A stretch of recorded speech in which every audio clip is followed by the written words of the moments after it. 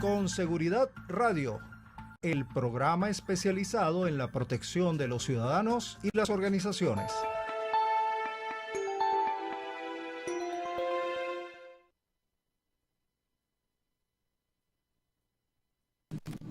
Buenas tardes tengan todos, bienvenidos a su programa Con Seguridad Radio, un espacio creado pensando en la seguridad de los ciudadanos y las organizaciones. Hoy jueves 30 de mayo del 2019, son las 3 de la tarde aquí en TNO Radio, la primera emisora online de Venezuela.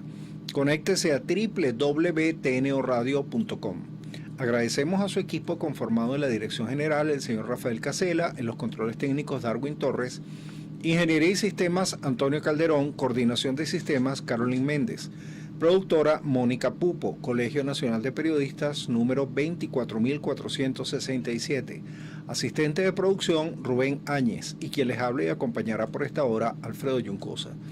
Con Seguridad Radio llega a ustedes gracias a Arcus Group, ASG Multiplex, Raytech, Grupo CEINCA, GHP Gestión Humana y Protección, Siste Alarmas, Gallery Security, Total Risk, P3 Consultorías y Suministros, Dr. Jorge Pesantes, traumatólogo, revista Más Seguridad y Root Enjoy.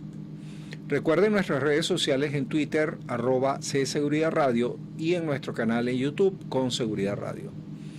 Iniciamos hoy bajo una modalidad muy especial, ya que dedicaremos este programa en primer lugar a lo que consideramos se va a convertir en un libro de consulta no solo para Venezuela, sino para América Latina. Y a continuación tendremos la valiosa oportunidad de compartir con uno de los profesionales venezolanos más reconocidos a nivel internacional en los temas de la inseguridad ciudadana, la violencia y el delito. En cuanto al libro, se trata de los nuevos rostros de la violencia, empobrecimiento y letalidad policial de Editorial Alfa. Sus autores son profesores e investigadores de las 8 universidades nacionales que integran el Observatorio Venezolano de Violencia, entre los que se encuentran Roberto Briceño León, Alberto Camardiel y Gloria Perdomo. Tuvimos la fortuna de compartir la presentación de esta obra con un nutrido grupo de personas que el pasado 23 de mayo ocuparon totalmente los espacios de la librería El Buscón en el centro comercial Paseo Las Mercedes de Caracas. Allí los protagonistas de este encuentro fueron el periodista Javier Ignacio Mallorca como presentador y Roberto Briceño León, con quien tenemos el honor de compartir hoy este programa. Hacer una presentación de Roberto Briceño León no es algo fácil, cuando el factor tiempo atenta contra esa necesidad de ser justos en lo que ha sido una brillante trayectoria profesional. Profesor titular de Sociología de la Universidad Central de Venezuela, director del Laboratorio de Ciencias Sociales LACSO, ha sido profesor e investigador en la Universidad de la Sorbona Nueva París III, del St. Anthony's College de la Universidad de Oxford y del Woodrow Wilson International Center for the Scholar of Washington, D.C. Es el director nacional del Observatorio Venezolano de Violencia. Bueno, Roberto, para nosotros es un honor, como acabo de mencionar, poder tenerte aquí y eres pleno y gratamente bienvenido. Muchas gracias, Alfredo. Saludos para ti y para toda la audiencia. Gracias. Roberto, tenemos varias preguntas, como te comentaba antes, este es un programa que decidimos cambiar la modalidad porque queremos sacarle el mayor provecho posible aprovechando tu presencia aquí, que yo sé que tienes una agenda bastante ocupada. ¿Cuáles son los objetivos del Laboratorio de Ciencias Sociales y cómo está relacionado con el estudio de la violencia y el crimen? El Laboratorio de Ciencias Sociales fue un grupo de investigación que surgió en la Universidad Central de Venezuela. Surgió allí en el doctorado de Ciencias Sociales y se dedica fundamentalmente a estudiar la sociedad venezolana. Son estudios de sociología esencialmente, pero hay psicólogos, hay médicos, epidemiólogos. Eso es un grupo interdisciplinario, transdisciplinario, se dice ahora, intentamos hacerlo así, que nos ocupamos de la sociedad venezolana, de sus males y de sus esperanzas, digámoslo así, pues, de sus sueños y de sus dolores o sus pesadumbres, ¿no? surgimos dentro de la universidad como una instancia propiamente universitaria y en un proceso de evolución propio de la universidad y de los vínculos con las autoridades del crecimiento. Las autoridades nos dijeron, más bien pónganse al lado de la universidad. Entonces somos un centro privado, pero que tiene una vocación pública, que trabaja en la universidad, que tiene sede propia. Entonces los cursos de la universidad se dan en la sede de posgrado, fundamentalmente se dan en la sede del laboratorio. Los profesores del laboratorio asesoran las tesis de maestría o doctorado en la universidad, y como además vinculamos posteriormente profesores de la Católica, de la Simón Bolívar en Caracas, y ahora con la red del observatorio en 7 ciudades más, porque somos 8, sumando Caracas. Pues entonces hay como toda una sinergia allí de cooperación, de relación, para apoyar, en el fondo para apoyar nuestras universidades que tan golpeadas están en estos tiempos, pero además con un propósito de innovar, de crear. En la sociedad venezolana es muy creativa, nuestra gente tiene ideas, busca, comenta, se ilusiona, entonces bueno, intentando fomentar eso, y bueno, y eso nos ha dado mucha presencia en América Latina. Y tú me preguntabas cuando la violencia, bueno, nosotros comenzamos a hacer estudios sistemáticos de violencia en 1995. ¿Por qué en el 95? ¿Hay algo que motiva que sea en el 95? Sí, hay digamos que 2 elementos allí. Uno, en el año 94, la tasa de homicidios de Venezuela supera los 20 por cada 100.000 habitantes. Entonces ya se convierte en un asunto de alarma. Claro, hoy en día decimos ojalá tuviéramos 20, ¿no? Pero bueno, en aquel momento era.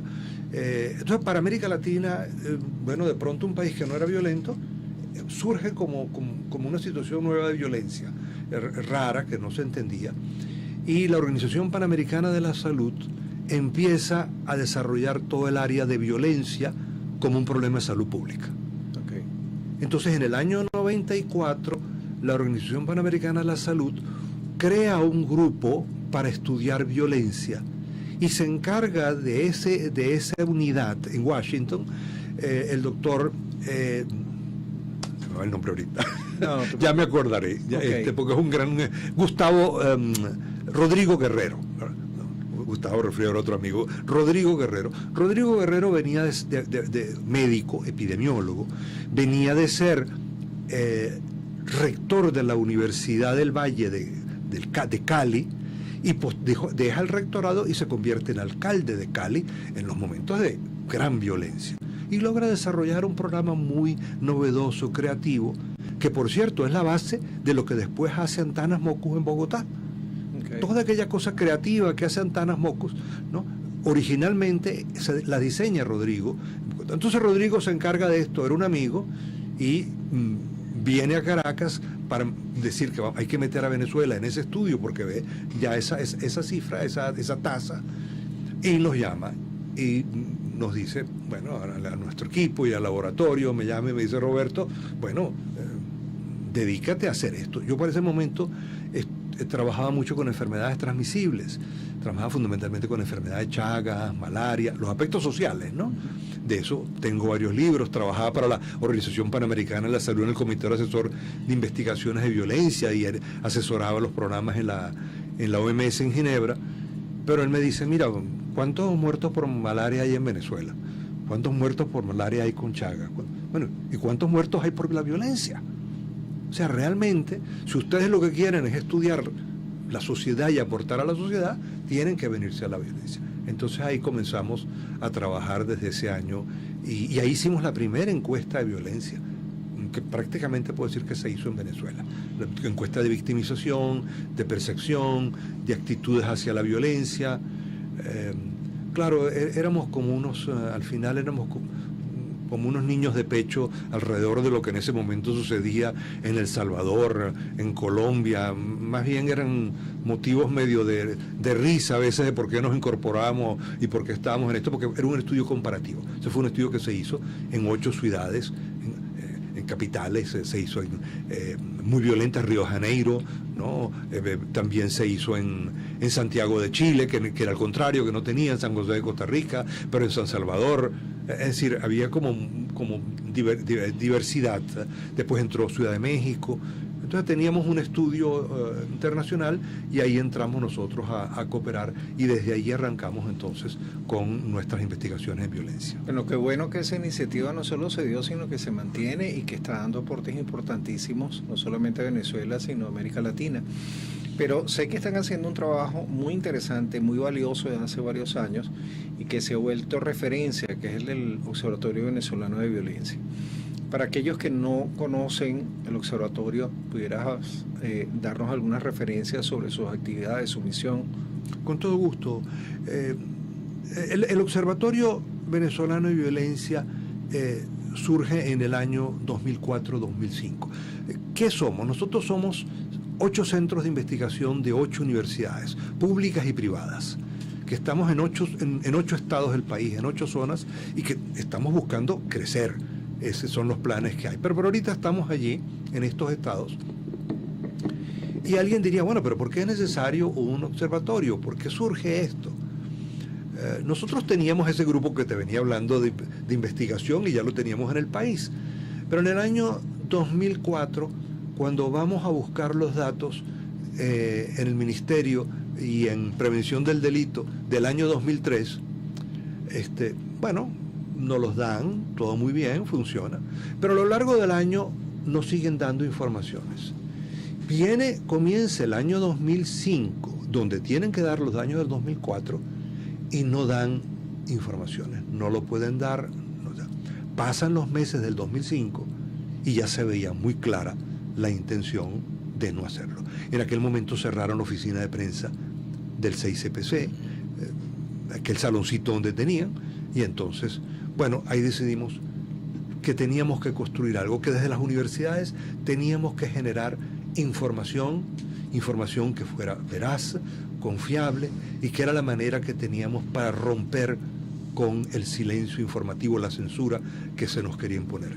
Y bueno, desde el año 2005 estamos con ese propósito de generar información, de ofrecerle a la sociedad los datos, los estudios, la descripción de la situación de violencia que tiene el país y que el gobierno le niega a la población, le niega a los ciudadanos, le niega a las empresas, o sea, le niega en definitiva a la sociedad. Entonces, desde el observatorio hemos hecho eso y entonces empezamos a desarrollar toda una metodología de innovación sobre cómo aproximarnos al tema de la violencia, cómo conseguir la data, cómo trabajarlo, y con unas circunstancias muy singulares que colocan al Observatorio Venezolano de Violencia en un lugar muy especial en los observatorios similares que hay en otros países de América Latina. Qué bueno, Roberto, y definitivamente, por lo menos para los que estamos en el área de la seguridad y en otras áreas, se han convertido en una referencia para este tipo de información. Vamos a una pausa publicitaria y ya regresamos. Arcus Group, especialistas en consultoría y capacitación en gestión del riesgo. Para mayor información, comuníquese al 0212-624-7177 o escriba al email mp.arcusgroup@gmail.com. ASG Multiplex, empresa enfocada en la distribución y ventas de sistemas de seguridad electrónica.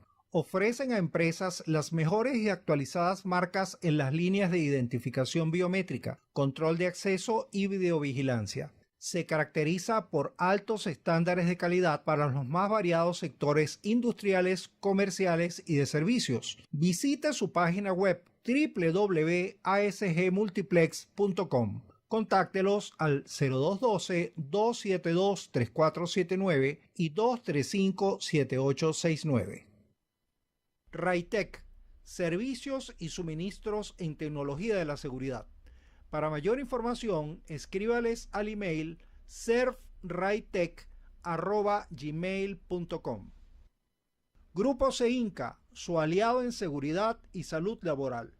Contáctelos por los números telefónicos 0212-753-3733, 751-1435 o al 0424-252-8466. GHP, Gestión Humana y Protección, con una amplia oferta de servicios en capacitación y consultoría en gestión de continuidad del negocio y gestión de la seguridad de la información. Visita su página web www.ghpservice.biz. Contáctelos al 0414-330-4205 y al 0414-936-2206 o al email jcgonzalez@ghp.com.be. Sistealarmas, suministro de numerosos y especializados servicios en seguridad electrónica. Los invitamos a visitar su página web www.sistealarmas.com. Gallery Security, vanguardia en seguridad electrónica. Pone a su disposición cámaras de seguridad, cercos eléctricos, control de acceso, servicios de mantenimiento y reparación. Visítelos en su página web www.gallerysecurity.com, en las redes sociales @GallerySecurity. Llámelos al 0212-662-6975.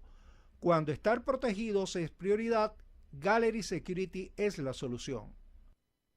Total Risk ofrecen sus servicios de protección ejecutivos, análisis de riesgos y análisis de entorno. Los invitamos a visitar su sede en la avenida principal de Los Ruices, Oficentro Los Ruices, piso 3, Caracas. P3, Consultorías y Suministros, Compañía Anónima. Consultores en seguridad. Contáctelos al email p3consultoría@gmail.com. También a los teléfonos 0416-680-7844 y 0416-282-5000. Doctor Jorge Pesantes, traumatólogo, especialistas en cirugía de hombros, cadera y rodillas, medicina deportiva y regenerativa, ubicado en la Clínica Sanatrix y en el Grupo Médico Santa Paula. Contáctelo al 0212-263-3721 o 0416-611-3695. Correo traumapesantes@gmail.com.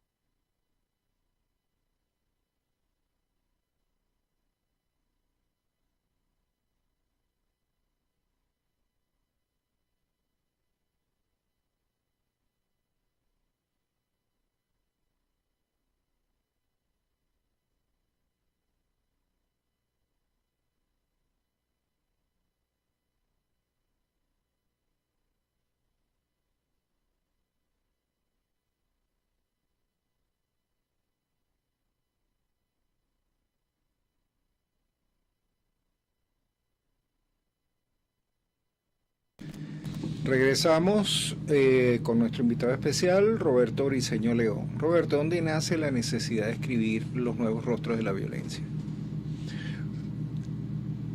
Nace, Alfredo, fundamentalmente de unos cambios que empezamos a notar entre el año 2016 y 2017. Empezamos a ver robos en supermercados, robos en personas en las filas. Conocemos del caso de una señora que le dan una puñalada para quitarle 2 kilos de harina de maíz y 2 kilos de arroz.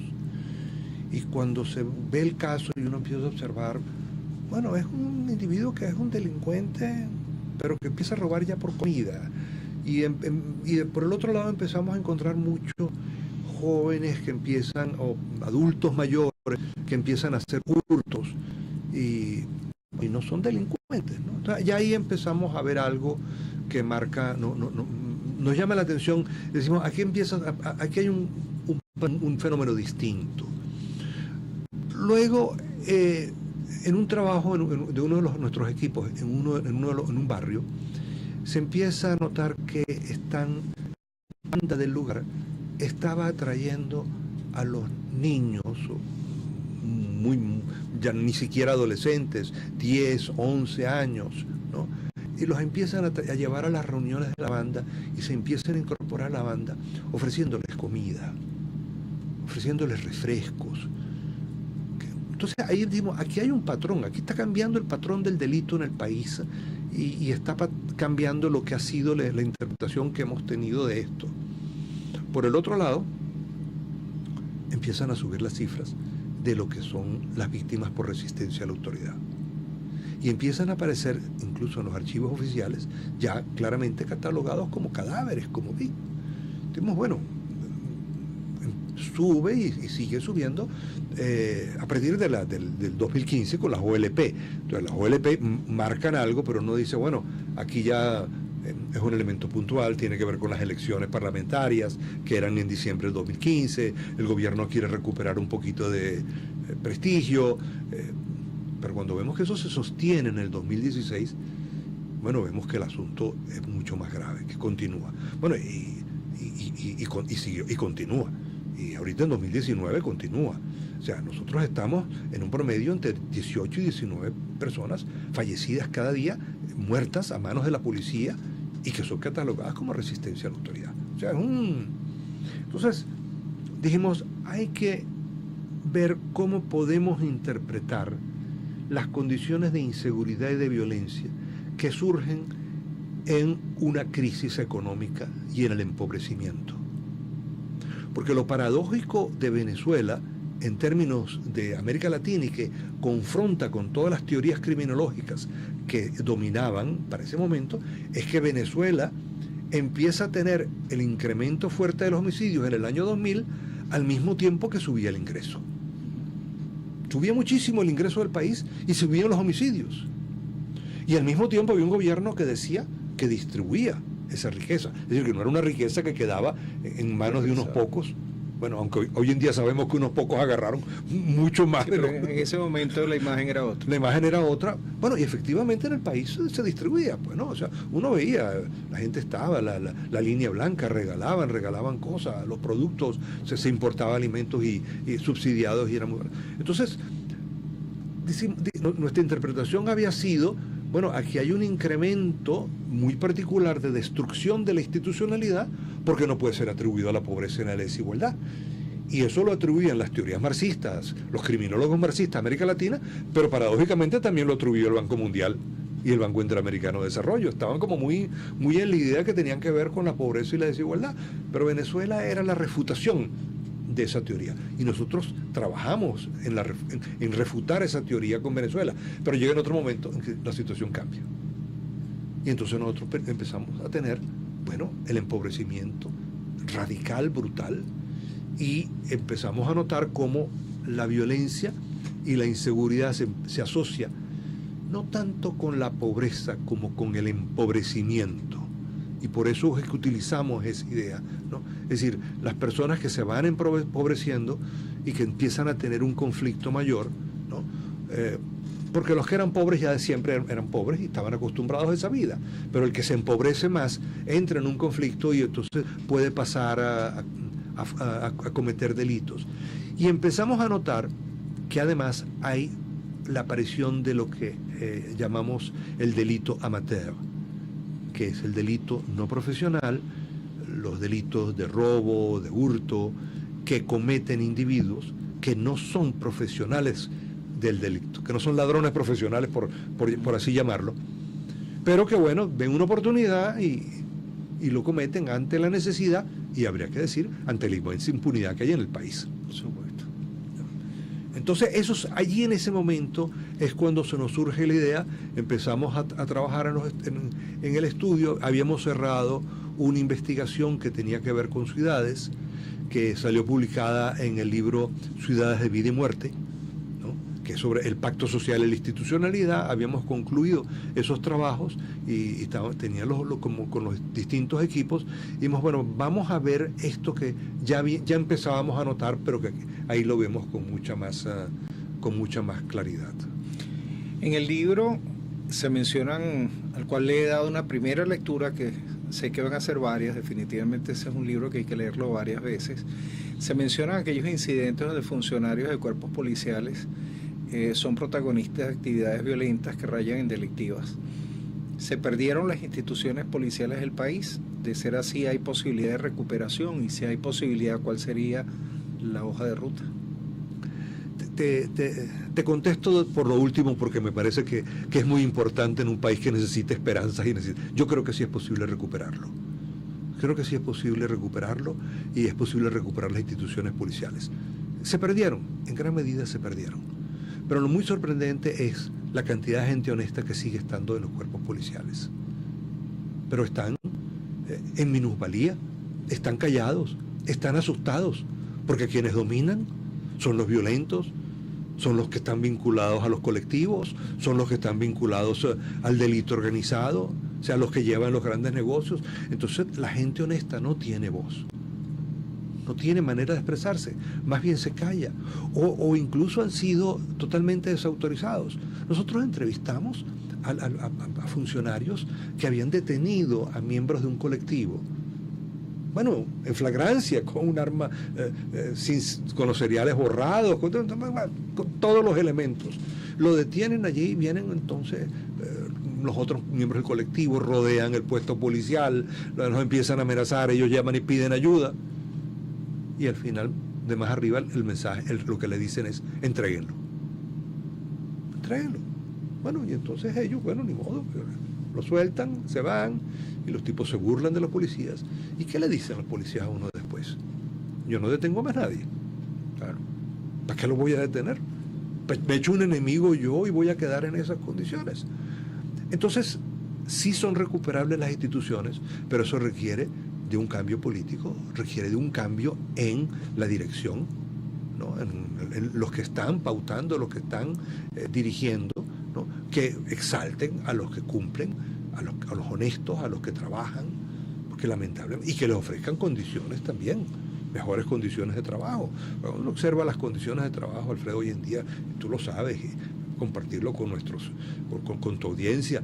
Mira, cuando uno ve a los policías que están ganando, el que está más arriba y está bien, está ganando 60.000 bolívares. ¿No? Y los que consiguen una prima y otra prima y más allá, ¿no? 17 años, 19 años de trabajo, y logran llegar mensualmente a 90.000 bolívares. Bueno, es una situación, bueno, que no es única de los policías, que lo viven los otros empleados públicos, que lo vivimos los profesores universitarios. Bueno, todos lo vivimos, pero bueno, no estamos hablando de ellos. Pues, claro, ¿no? Claro. Y entonces hay que mejorar sus condiciones laborales, hay condiciones de remuneración, pero hay que exaltarlos. Al final, con los policías ha pasado lo mismo que con toda la sociedad, ¿no? Los buenos, los honestos, los trabajadores, esos fueron puestos de lado, esos fueron criticados. Entonces, ¿quiénes fueron exaltados durante estos años? Fueron exaltados los violentos, fueron exaltadas las figuras guerrilleras. Esas eran las grandes figuras públicas que estaban allí. Fueron exaltados los delincuentes, los que usaban las armas, los malandros. ¿O es que es simplemente una broma aquel chiste del presidente fallecido que en un programa de televisión dice: no, a los malandros vamos a cambiarles el nombre, tenemos que cambiarles el nombre, no los llamemos más malandros, llamémoslos bienandros? Bueno, eso es algo muy delicado como mensaje para una sociedad. Ahora, eso que afecta a la sociedad también afecta a los cuerpos policiales. Algunas personas perciben una aparente disminución de los delitos en Venezuela, específicamente del homicidio. ¿Qué nos dicen los indicadores más recientes manejados por el Observatorio Venezolano de Violencia? Hay dos elementos a tomar en cuenta allí. Uno es la carencia de fuentes confiables desde el punto de vista de información oficial. La censura en Venezuela fue cambiando de no permitir que los datos salieran a no permitir que los datos entraran.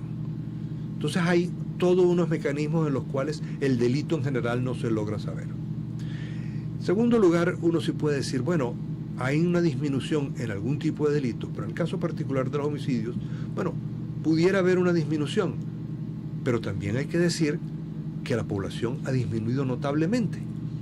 Entonces, cuando uno trabaja con tasas, ¿no?, que las tasas se hacen sobre una base poblacional, no es lo mismo sacar una tasa con 31 o 32 millones de habitantes, que era lo que las proyecciones del INE daban, a si uno dice, bueno, es que se han ido 3 millones de personas, entonces tenemos que hacerla sobre 28, sobre 29, sobre 27. O sea, ¿cuál es la base poblacional que está?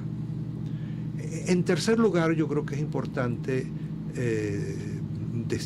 destacar que al delito se le han cerrado las oportunidades también en Venezuela.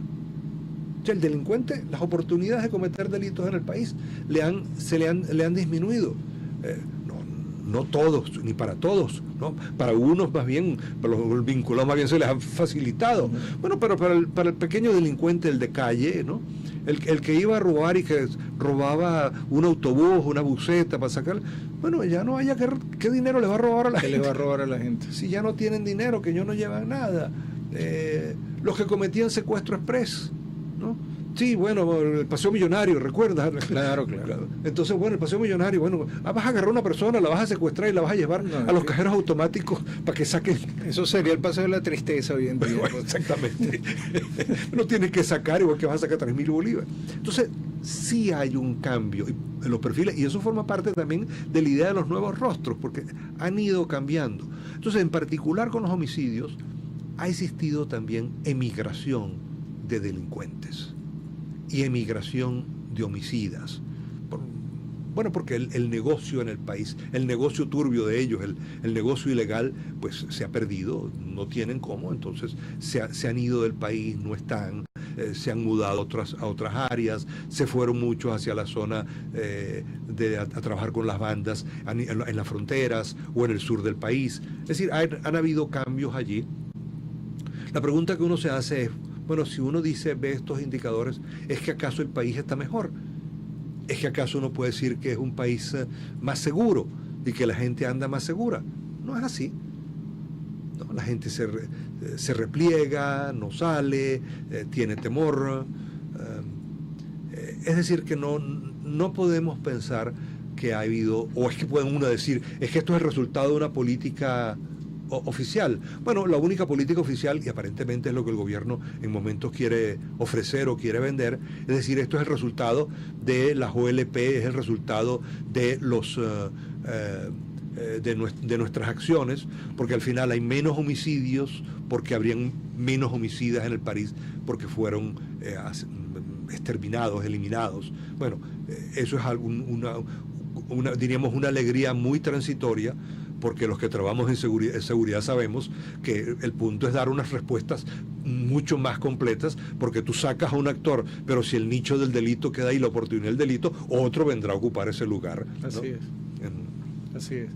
Y en esto de ocupar espacios, ocupar posiciones, pareciera que en Venezuela los niños, porque cada vez son más niños, tienden a ser más violentos o incorporarse a bandas cada vez más jóvenes. ¿A qué obedece? ¿Cuáles crees tú que son los factores que están incidiendo en esta tendencia? Es muy doloroso, es muy triste en términos del país, pero yo diría que hay dos factores centrales que están allí. Uno es el hambre real, objetivo en la familia. La familia no tienen cómo darle alimentos a sus hijos. Y el segundo es la inmigración. Hay una inmensa cantidad de esos millones de venezolanos que se han ido, muchísimos han dejado atrás a sus hijos.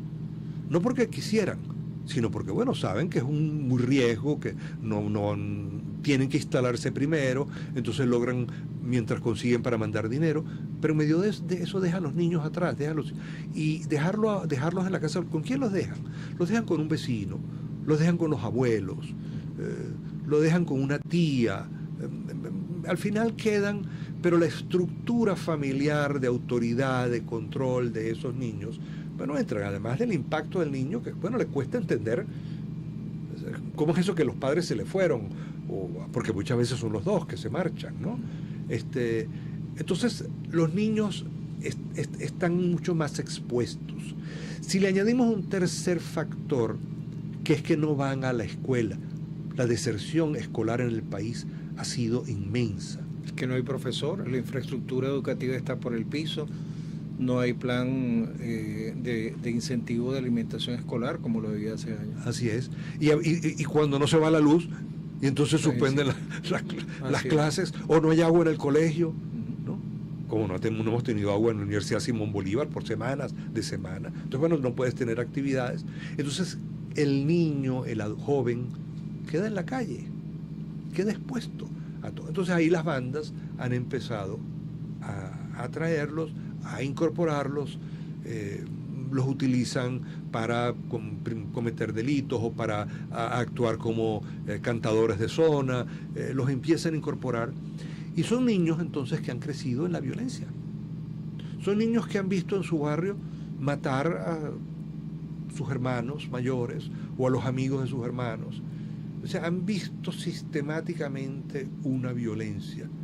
Porque si estimamos que desde 1999 para acá hemos tenido más de 330.000 fallecidos, o sea, víctimas de homicidios en el país, de muertes violentas. Toda una generación que ha sido testigo de la violencia, que ha crecido en el contexto de la violencia. Entonces no le es ajena, no le es ajeno eso. Y algo, bueno, que era muy, muy extraño. Cuando yo comencé el estudio de la violencia, remontándome atrás, Alfredo, recuerdo que entrevisté en el año 95 a un colombiano. Un colombiano aquí en Caracas, un artesano, al cual otro colombiano, también de la misma zona de Antioquia, lo había robado, lo había estafado. Y bueno, era un monto de dinero que no era una inmensidad, pero para él era mucho, porque era un artesano, un trabajador, pues, ¿no? Eso no podía comprar unas herramientas que necesitaba para eso, ¿no? Yo recuerdo, porque se me quedó muy grabado, que él me dijo: mire, profesor, ese hijo de la gran ¿no? se salva porque estamos en Venezuela. Si estuviéramos en Colombia, ya yo le hubiera mandado a alguien. Él percibía claramente que habían dos realidades institucionales, de gobierno, de Estado, de cumplimiento, de respeto. O sea, él en aquel momento, que era un momento de muchísima violencia en Colombia, pensaba que las cosas las pudiera arreglar por la violencia mandándole a alguien. Pues no terminó la frase, pero uno entendía que iba a ser ese alguien. Pues, ¿no? Bueno, eso cuando uno ve, ¿no? Aquí en Venezuela, bueno, tenemos una generación que se ha ido acostumbrando a eso. Tenemos una pérdida absoluta, ¿no? de la institucionalidad, del que la gente no haya. Entonces, ¿cómo resolver los conflictos? Toda sociedad tiene problemas, toda sociedad tiene conflictos. Eso no podemos pensar en otra cosa. Ahora, el problema es el tema es cómo lo resolvemos. Claro. ¿Cómo cobra alguien una deuda hoy en día en Venezuela? Bueno, pero hay una expresión que yo escuché en una oportunidad a una dama que había sido víctima de la violencia doméstica y que cuando le recomendamos que hiciera las denuncias correspondientes, su respuesta fue: lo que pasa es que tras esa denuncia que no van a atender y no va a avanzar, está la contratación de un abogado, y más barato sale un sicario que un abogado. Claro. Vamos a un receso comercial y ya regresamos. Seguimos con nuestro invitado especial de hoy, Roberto Briceño León. Roberto, así como tenemos nuevos rostros de la violencia, ¿hay rostros de nuevas víctimas? Bueno, yo diría que hay muy en particular lo que son las víctimas de la violencia policial. Eso es una cosa, un detalle muy marcado, ¿no? Que se marca en el país, además por la magnitud, pues. O sea, si pensamos que en el año 2018 más de 7.500 personas murieron a manos de la policía, estamos hablando de un nivel muy, muy alto de lo que es eso. Entonces, a ese nivel yo creo que es muy marcado. Hay también víctimas niños, y en esas víctimas niños hay incluso niños víctimas por resistencia a la autoridad. Pero ¿cómo puede un niño resistirse a la autoridad de un funcionario público que lo supera en tamaño, en conocimiento, en armamento. En armamento, en destreza de manejo de esa situación. Bueno, pero los hay y quedan registrados así. Niñas de 12 años. ¿Cómo es posible? ¿No? Bueno, lo que es bueno, esa respuesta generalizada, desordenada, con las viviendas, con lo que es las acciones dentro de las viviendas con los operativos del FAES o de las OLP que llevaron a esta situación. Yo diría que esos dos componentes están allí. Las víctimas mujeres han aumentado también, no notablemente.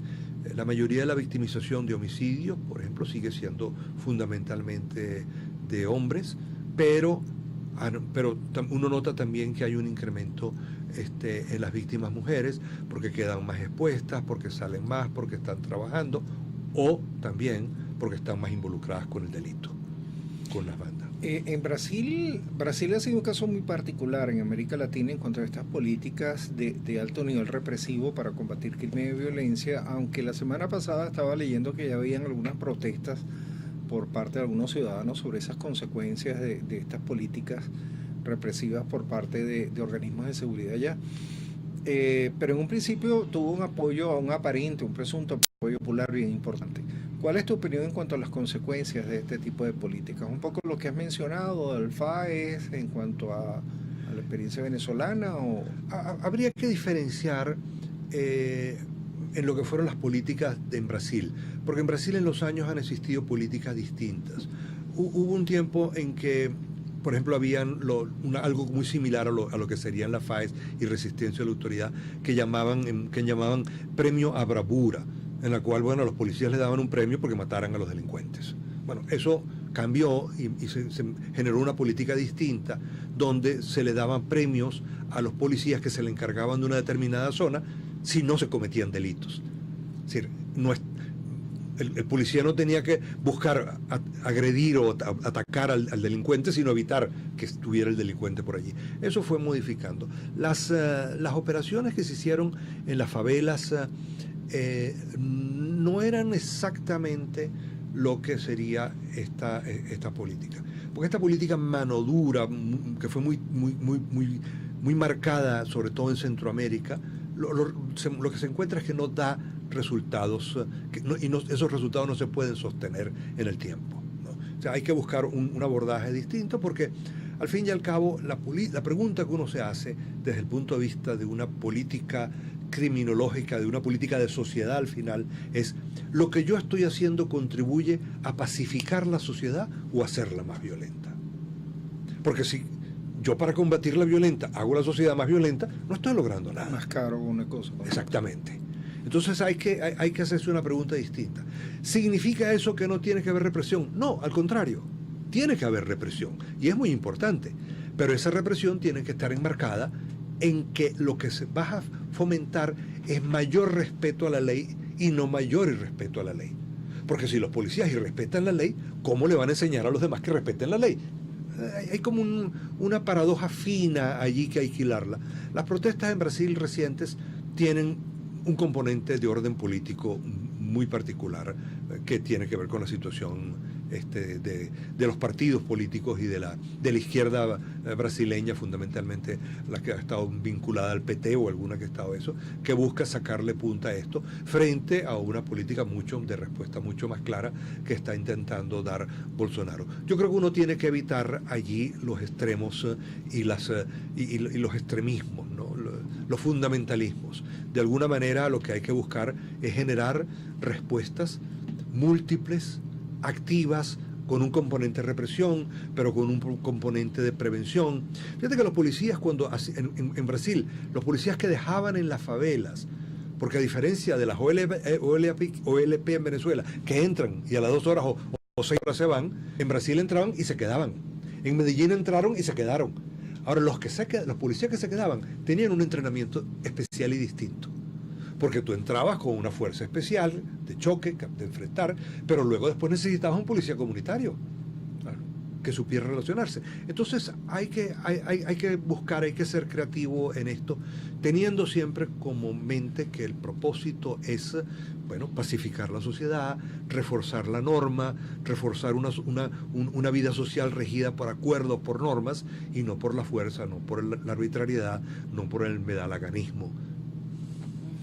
Bueno, Roberto, lamentablemente ya producción nos está haciendo saber que tenemos que terminar el programa. Se nos ha hecho muy breve.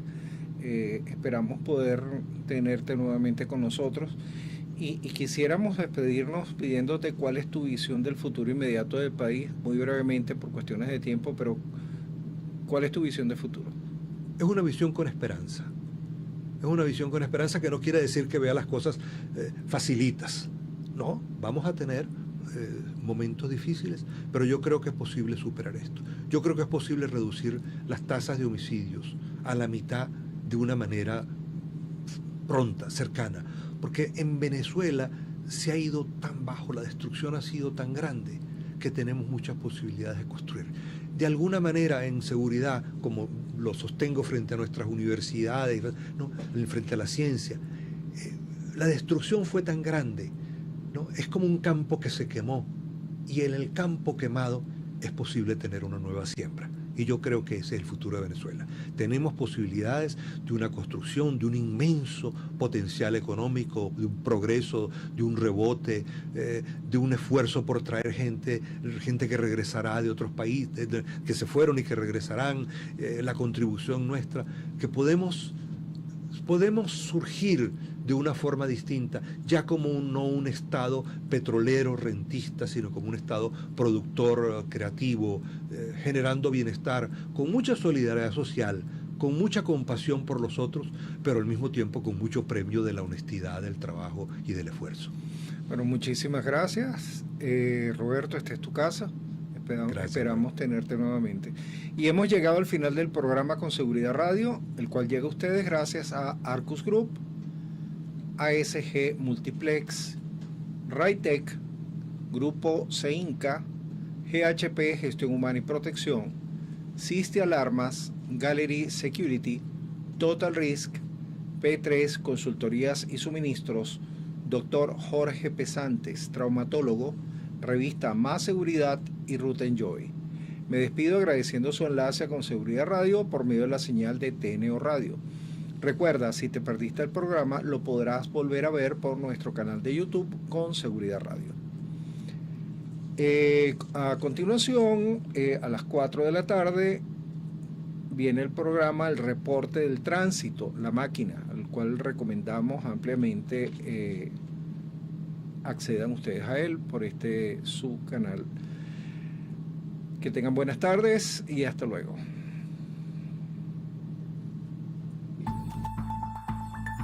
Con Seguridad Radio, el programa especializado en la protección de los ciudadanos y las organizaciones.